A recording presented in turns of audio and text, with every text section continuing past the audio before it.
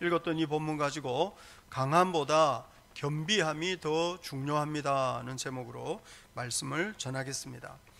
솔로몬을 이어서 왕이 된 르호보암에 대한 이야기를 지금 10장, 11장, 12장에 계속 이어서 우리가 묵상하고 있습니다. 르호보암은 자기 과시욕이 강하고 대단히 오만한 사람이었어요. 그래서 솔로몬을 이어서 왕이 되었을 때 백성들이 와가지고 자비를 구했어요. 왕의 아버지 솔로몬이 우리를 너무 괴롭히고 고역과 무거운 멍에를 메어가지고 정말 힘들게 살았는데 이제 새로 왕이 되시니 우리의 그 고역과 무거운 멍에를 좀 가볍게 해주세요, 이렇게 부탁했습니다. 왕이 포악한 말로 대답했다고 성경이 그렇게 말해요. 포악한 말로. 그래서 내 새끼손가락이 내 아버지의 허리보다 더 굵다, 이렇게 말을 하고, 그리고 우리 아버지는 가죽 채찍으로 너희들을 징치했지만 나는 전갈 채찍으로 너희들을 다스리겠다, 이렇게 말했던 거죠. 여러분, 그러니 이게 얼마나 잔인하고 얼마나 폭력적인 이야기였습니까? 우리가 며칠 동안 이번 주간 내내 우리가 역대하를 묵상하면서 솔로몬이 얼마나 화려한 삶을 살았는지 우리가 살펴본 바가 있습니다. 그런데 이 솔로몬의 화려함 이면에는요, 솔로몬에게 세금 바치는 사람들의 그 고역이 있었어요. 솔로몬은 그렇게 풍요롭게 살았지만 솔로몬의 그 화려하고 풍요로운 삶을 뒷받침하기 위해서 착취를 당하고 고생하는 백성들의 한숨과 눈물이 있었던 거죠. 그래서 솔로몬을 이어서 왕이 된 르호보암에게 와가지고 자비를 구했던 것입니다. 왕의 아버지가 우리에게 시킨 그 고역, 우리에게 메웠던 그 무거운 멍에를 좀 가볍게 해주세요. 여러분, 우리가 이 자본주의 사회에서 화려하고 풍요로운 삶을 살 때 우리의 화려하고 풍요로운 생활을 뒷받침하기 위해서 누군가는 열심히 일하고 있다는 사실을 기억해야 됩니다. 요즘 무슨 뉴스에 그 택배 노동자들 이야기 자주 나오는데, 제가 몇 주 전에요, 밤 8시에 책을 주문했어요. 그랬는데요, 12시 전에 왔더라고요. 얼마나 놀랐는지 몰라요. 경기도 파주에서 왔어요. 그런데 밤 8시에 제가 인터넷으로 주문을 했더니 그 다음 날 12시 이전에 책이 도착한 거예요. 그래서 제가 정신이 번쩍, 도대체 어젯밤에 무슨 일이 있었던 거야. 그랬더니 우리 젊은 집사님들이 저한테, 목사님 요즘 로켓 배송하면요 하여튼 새벽에 다 온다고. 여러분, 그런데 로켓 배송, 새벽 배송 시키면 집 앞에 초콜릿이라도 하나 놔두세요, 가져가시라고.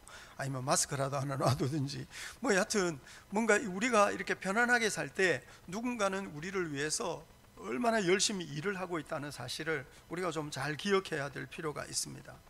누군가가 우리를 돕고 섬기고 누군가가 우리를 도와주면, 여러분, 그거를 내가 돈을 쓰고 내가 뭐 다 비용 지불하는데 뭐 그러면서 당연한 권리처럼 여기지 마시고, 수고 많이 한다고, 애 많이 쓴다고 그렇게 좀 격려라도 하고, 좀 그렇게 칭찬이라도 하고, 뭐 그렇게 좀 여하튼 해야 될 필요가 있어요.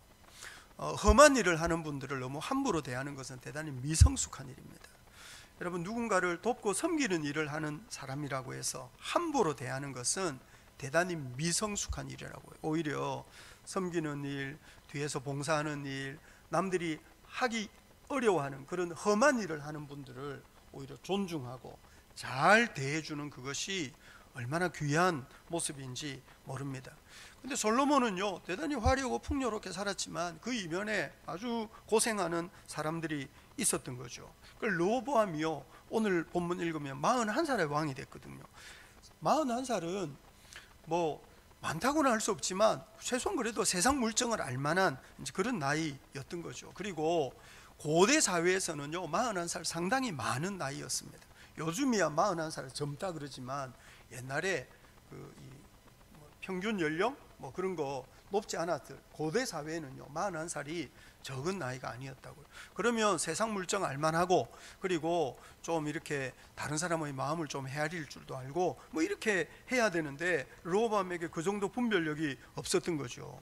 백성들이 나와가지고 왕의 아버지는 우리를 너무 괴롭히고 우리를 너무 힘겹게 했기 때문에 우리 좀 그 고역과 무거운 멍에를 좀 가볍게 해주세요, 그렇게 애원을 할 때 원로들은, 나이 많은 어른들은 백성들의 마음을 헤아려야 합니다.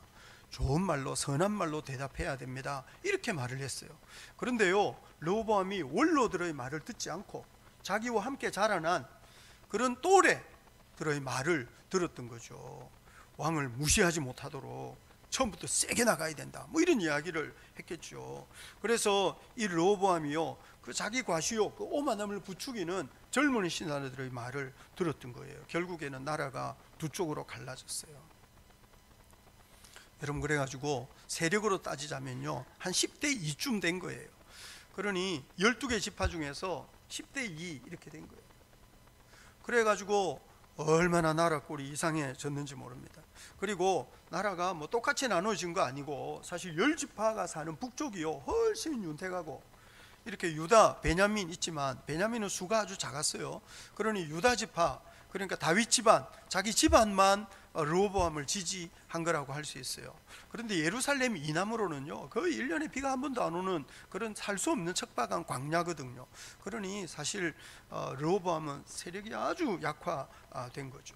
그래가지고 이 르호보암이 전쟁을 일으키려고 했어요. 우리가 어제 묵상한 말씀 보면 역대하 11장 1절부터 4절 한번 보시겠습니까? 역대하 11장 1절부터 4절입니다. 역대하 11장 1절만 한번 읽어볼까요? 1절 같이 한번 읽어볼까요? 시작. 르호보암이 예루살렘에 이르러 유다와 베냐민 족속을 모으니 택한 용사가 18만 명이라.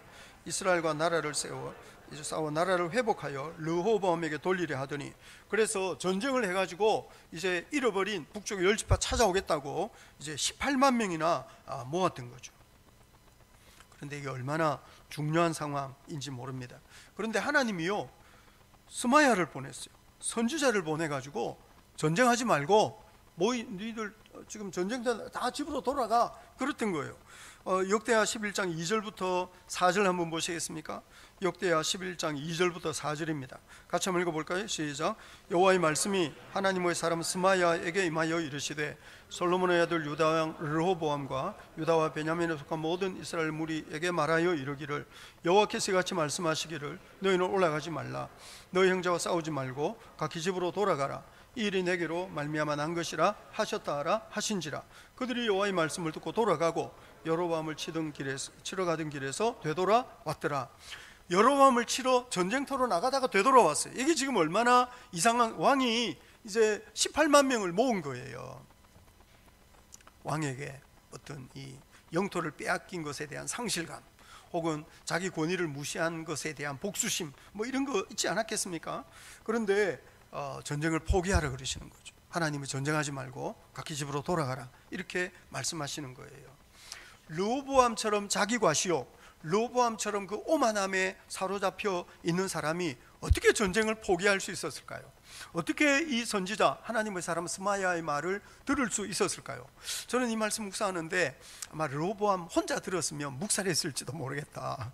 그런데 이 하나님의 사람 스마야가 르호보암에게만 말한 게 아니고 르호보암과 모든 모인 백성들에게 다 이야기한 거예요. 그랬더니 전쟁터로 왕의 명령을 받고 나가던 사람들이 선지자의 말을 듣고 집으로 돌아간 거죠. 그래서 어떤 의미에서 보면 르호보암은 더 이상 군대를 통제해서 전쟁터로 내보낼 수 없는 그런 상황이 되었던 것 같습니다. 결과적으로 백성들이 전쟁터로 나가다가 선지자의 말을 듣고 다 집으로 그냥 돌아가 버렸기 때문에 결과적으로 르호보암은 선지자가 일러주는 말을 듣게 되고 싸움을 할 수 없게 되고 결과적으로는 순종한 셈이 됐어요.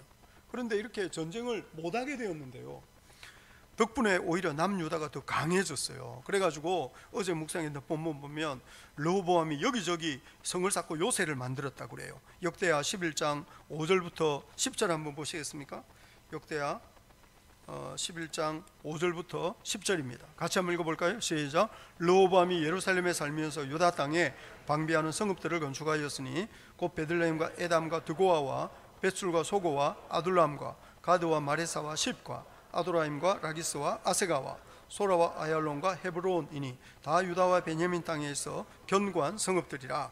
그래가지고 거기다가 군대도 배치하고 무기도 하고 양식도 저장하고 물도 저장하고 이렇게 해서 요새를 만들었다고 지도를 보시면 이렇게 생겼어요. 여기가 이제 경계인 거죠. 국경이에요, 따지면. 그런데요, 비슷해 보이지만 여기는 이 밑으로는 거의 사람이 살 수 없는 광야이기 때문에 사실상 금사라기 땅은 다 이쪽이거든요. 갈릴리 바다 근처. 그래서 사실 아주 세력이 위축이 되었는데, 그럼에도 불구하고 여기 막 지도 표시해 놓은 이게 이제 다 그 요새를 만들었다는 거죠. 요즘은 하도 좋은 시절이라 가지고 인터넷에 르호보암의 요새 하면 지도가 쫙 나와요. 물론 이상한 이단에서 만든 지도도 있지만 대부분 이제 저런 지도 확인할 수 있습니다. 그리고 이제 요새를 쌓고 이제 세력을 강화했는데, 더욱이 이제 북이스라엘을 다스리던 여로보암은 베들과 단에 금송아지 만들었거든요. 하나님을 배반했어요. 그래서 북이스라엘에 살던 제사장과 레위인들이 다 남쪽으로 일종의 망명, 귀순해 온 거예요. 제사장과 레위인들이 내려가니까 뜻있는 사람들이 제사장과 레위인을 따라서 또 남쪽으로 내려왔어요. 역대하 11장 16절과 17절 한번 보시겠어요? 역대하 11장 16절과 17절. 자, 같이 한번 읽어볼까요? 시작. 이스라엘 모든 지파 중에 마음을 굳게 하여 이스라엘 하나님 여호와를 찾는 자들이 레위 사람들을 따라 예루살렘에 이르러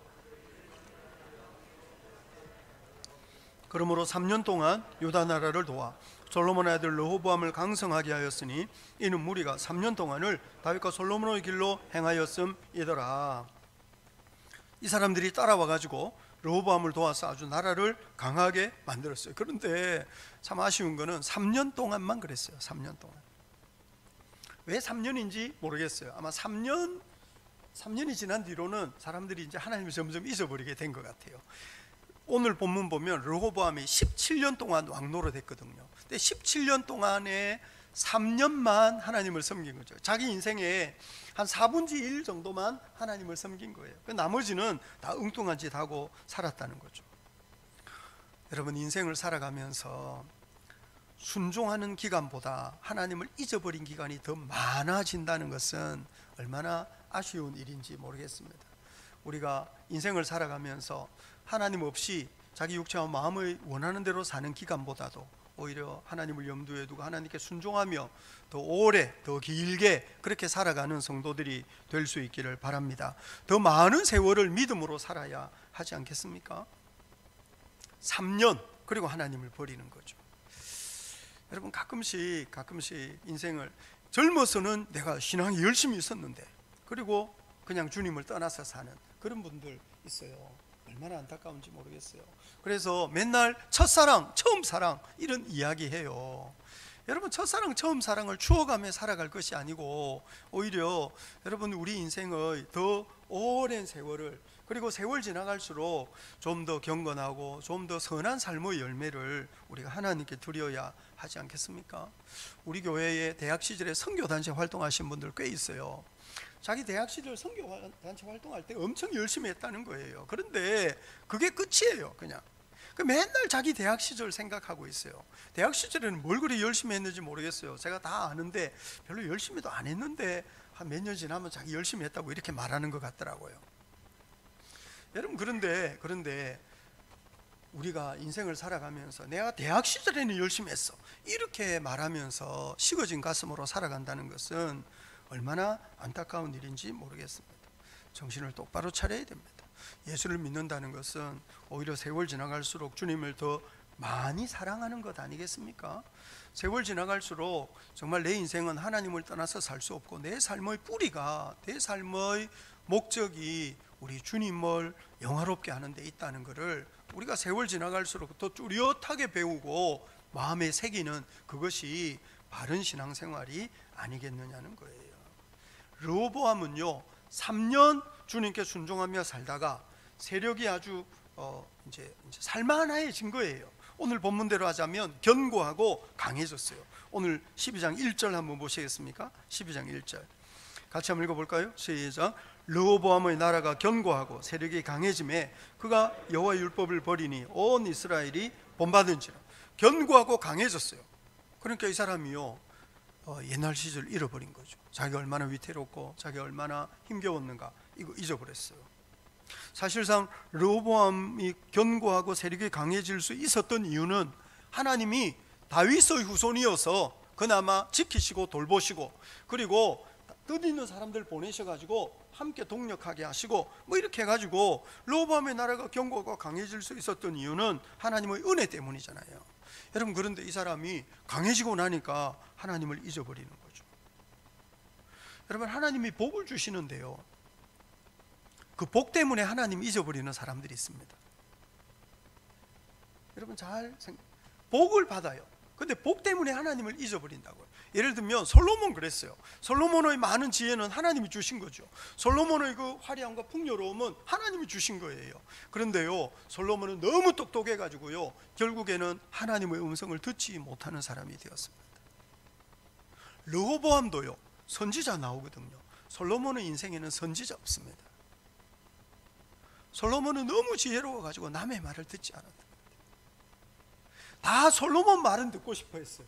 그런데 솔로몬에게 조언을 하거나 솔로몬에게 아닙니다, 이렇게 하면 안 됩니다, 뭐 이런 거 성경에 분명히 나오지 않습니다. 물론 하나님은 솔로몬을 여러 번 깨우치셨다고 성경이 또 말을 해요.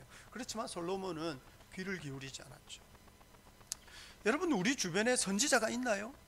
우리 주변에 혹시 내가 주님께로부터 멀어지거나 뭐 엉뚱한 짓을 하거나 아니면 내가 정말 그냥 내 삶의 목표 달성하는데 막 급급해가지고 정신없이 살고 그럴 때 너 그러면 안 돼, 너 그러면 안 돼, 너 정신 똑바로 차리고 너 기도하면서 살아야 되고 너 하나님께 응답하며 살아야지, 뭐 이러면서 우리를 권면하고 도와주는 사람이 있나요?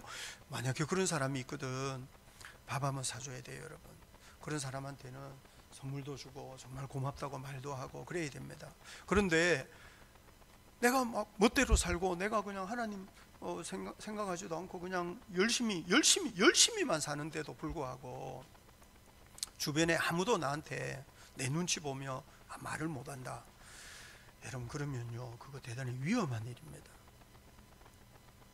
누군가가 여러분에게 그렇게 살면 안 돼, 그러면 안 돼, 이렇게 말을 하고 너 정신 똑바로 차리고 너 하나님 바라봐야지, 너 기도 잃어버리면 어떻게 해야겠어, 너 순종하며 살아야지, 이렇게 누군가가 우리에게 권면해 줄 수 있는 사람이 우리 옆에 있다면 여러분, 그거 정말 귀한 일이죠. 근데 솔로몬 옆에 그런 사람이 없었어요.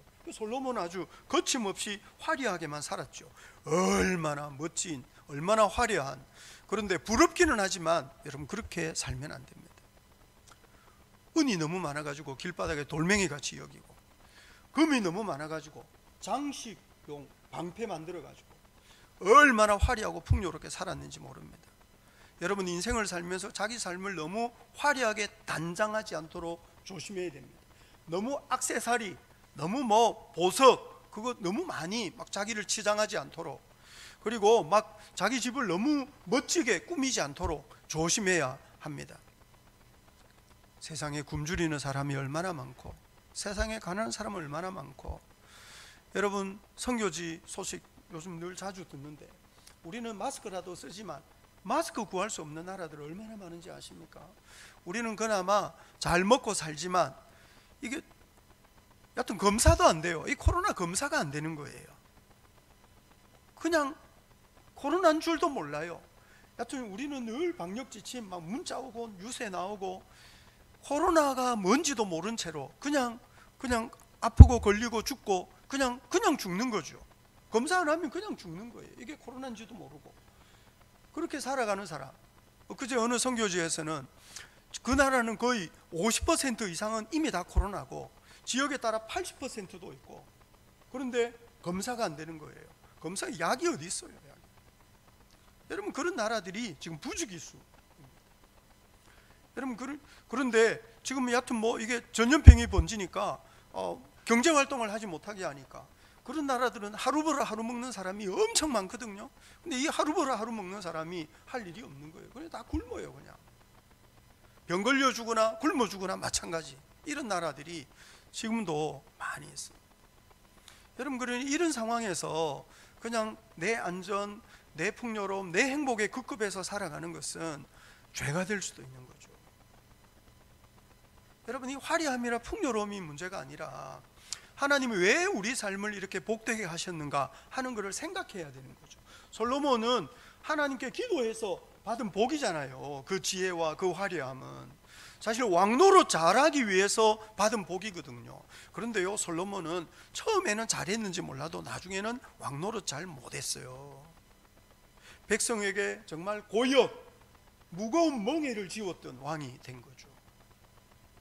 솔로몬은 그 화려하고 풍요로움을 복으로 받았는데 나중에는 그 복을 자기 힘으로 누리려고 하다가 보니까, 여러분 원래 이스라엘은요 12지파가 다 이렇게 구역별로 지역별로 나누어져서 살면서 백성의 가장 큰 어른은요 연장자예요, 장로. 그러면서 이제 어떻게 보면 다 혈연 중심, 이게 혈족 중심의 삶을 살았거든요. 일종의 집성촌을 이루고 산 거예요. 근데 솔로몬이 처음으로 나라를 12구역으로 나누고 장관을 세웠습니다. 그래서 그 장관의 역할은 매달 왕실에서 쓸 수 있는 이제 양식, 그 재물을 세금 바치는 거죠. 그래서 이스라엘 나라를 지파 중심의 공동체에서 세금 낼 수 있는 행정구역으로 만든 첫 번째 왕 솔로몬입니다. 솔로몬은 이스라엘에 여러 이방 그 우상을 공식적으로 도입했던 첫 번째 왕입니다.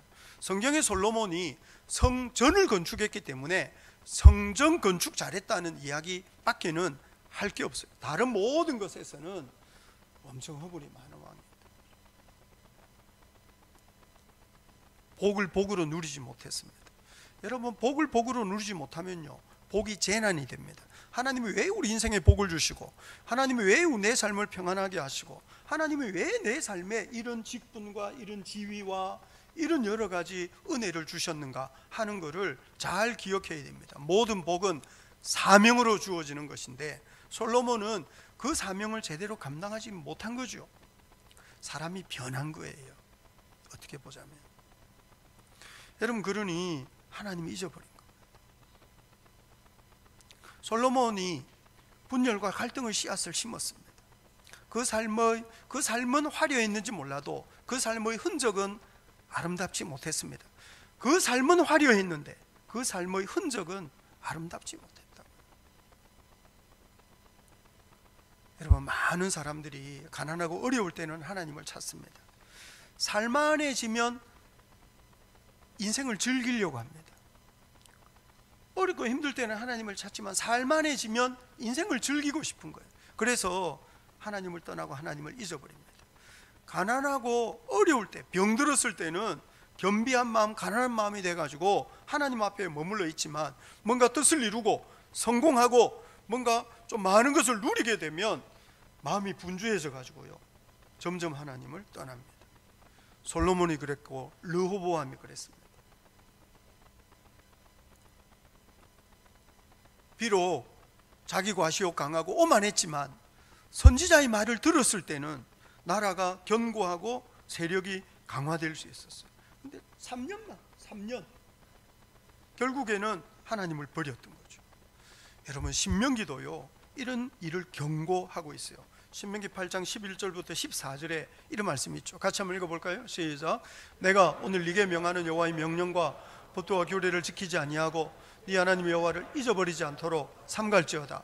네가 먹어서 배부르고 아름다운 집을 짓고 거주하게 되며 또 내 소와 양이 번성하며 내 은금이 증식되며 내 소유가 다 풍부하게 될 때 네 마음이 교만하여 네 하나님 여호와를 잊어버릴까 염려하노라. 하나님께서 가나안에 들어가는 이스라엘 백성들에게 들려주셨던 말씀입니다. 광야에서야 매출하기, 만나 매출하기 없이는 먹고 살 수가 없고 광야에서는 구름기둥 불기둥 없이는 살 수가 없으니 이 사람들이 정말 믿음이 있는 사람인지 정말 기도하는 사람인지 하나님을 의지하는 사람인지 제대로 드러나지 않는 거예요. 그런데 부자가 됐어요. 양식이 부족함이 없어요. 풍요롭고요. 삶을 충분히 즐길 수 있어요. 그런데도 하나님 잊어버리지 않고 정말 주님을 경외하며 말씀에 순복하며 살 거냐? 너 조심해야 된다. 너 하나님 잊어버리지 않도록 조심해야 된다. 주님이 이렇게 말씀하시는 거예요. 여러분, 우리가 하나님이 우리 인생을 평안하게 하시고 하나님 우리 인생에 복을 주실 때 여러분 그것이 사명인 줄 알아야 합니다. 그거 사명입니다.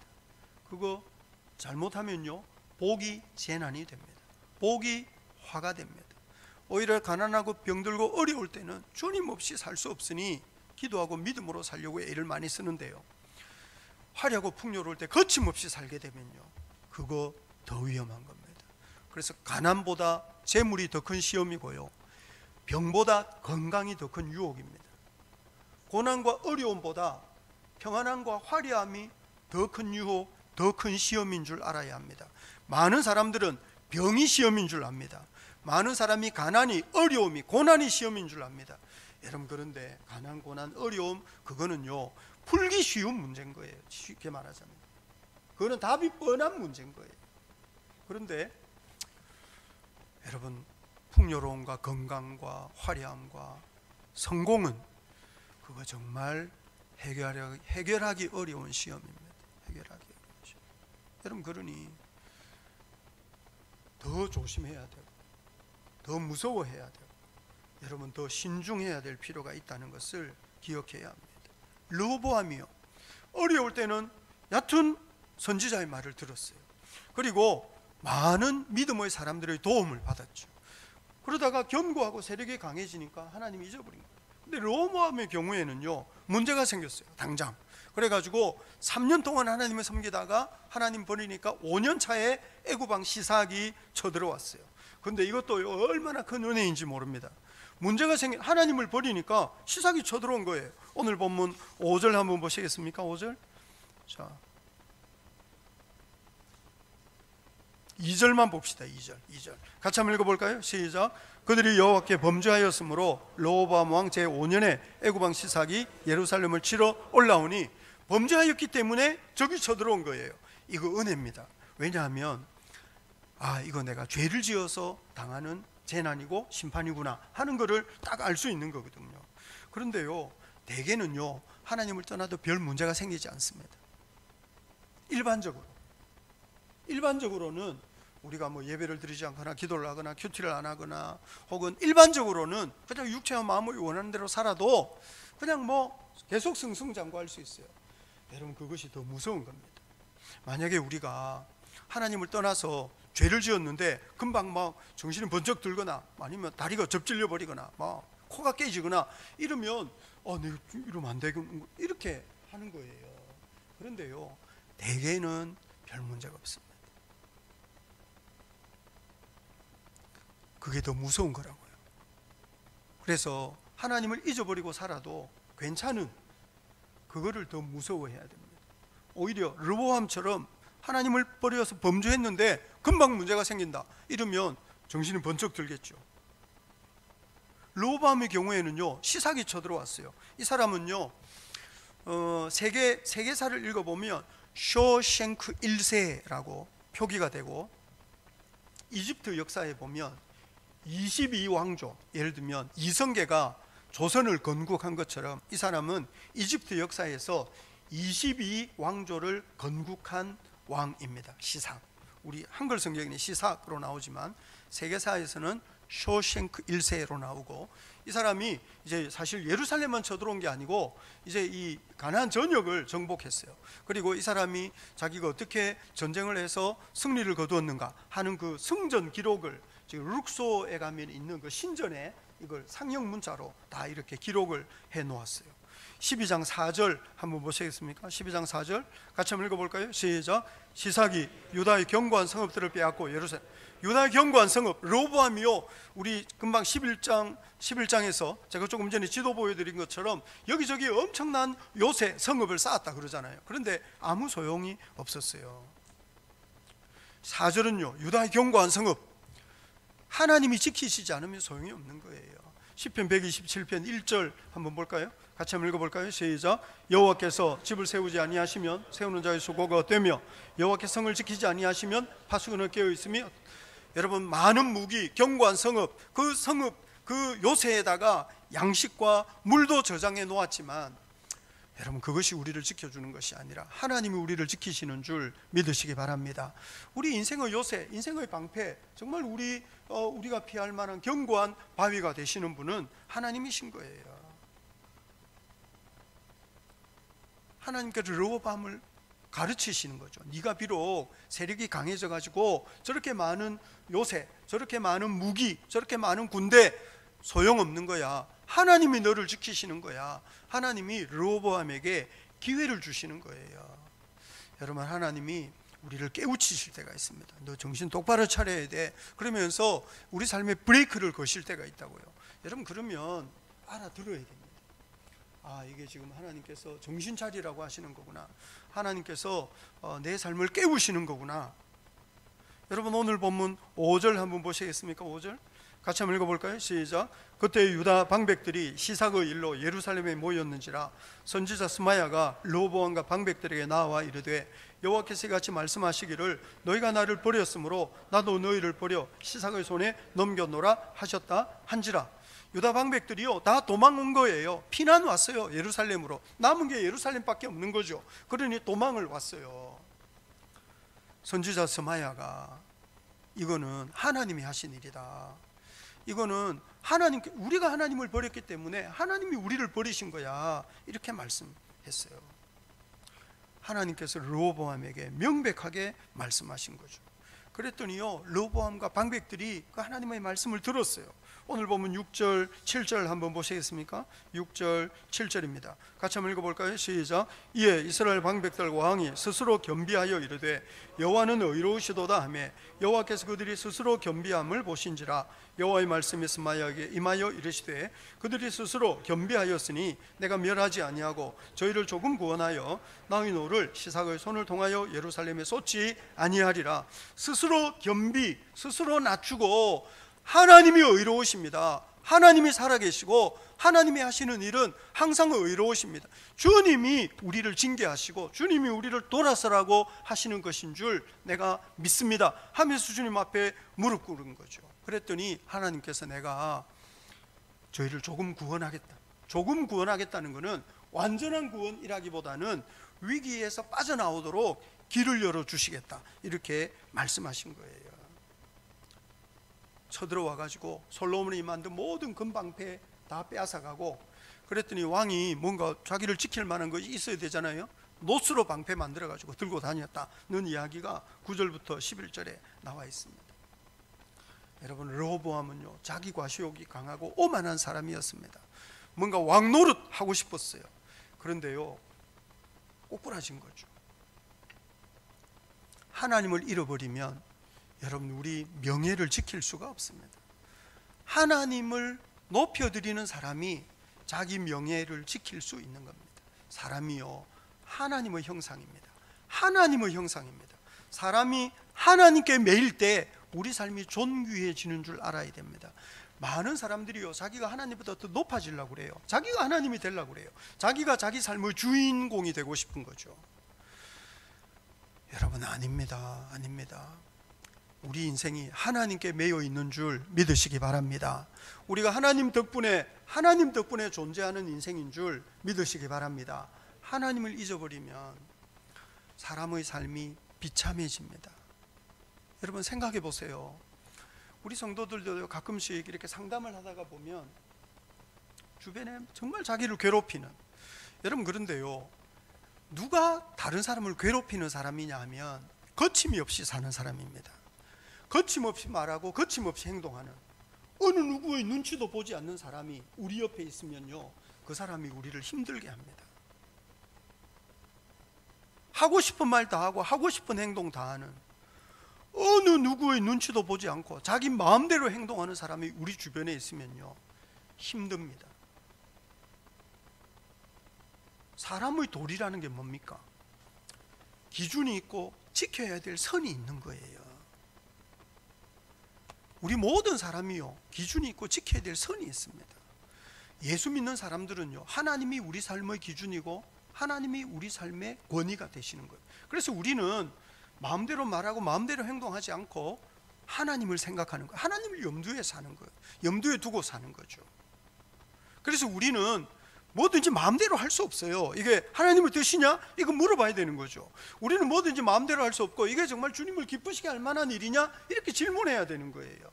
뭐든지 내가 육체와 마음의 원하는 대로 내 마음에 드는 대로 마음대로 하는 것이 아니고, 나는 주님께 메인받고 주님의 뜻에 순종하고 주님을 뒤따라 살아가는, 주님과 동행하는, 보조를 맞추는 거죠. 주님과 보조를.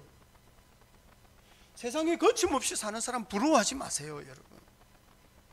세상에 자기 마음대로 살아가는 인생, 여러분 그런 사람 따라가지 마세요. 주님과 보조를 맞추고 박자를 맞추어야 돼요.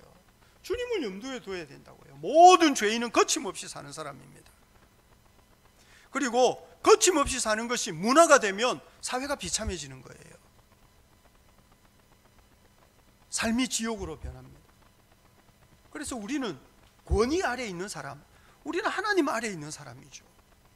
여러분, 사단은 네가 하나님이다, 네가 네 인생의 주인이다, 네 인생은 네 거지, 네 행복이 제일 중요하지, 이렇게 가르친다고요.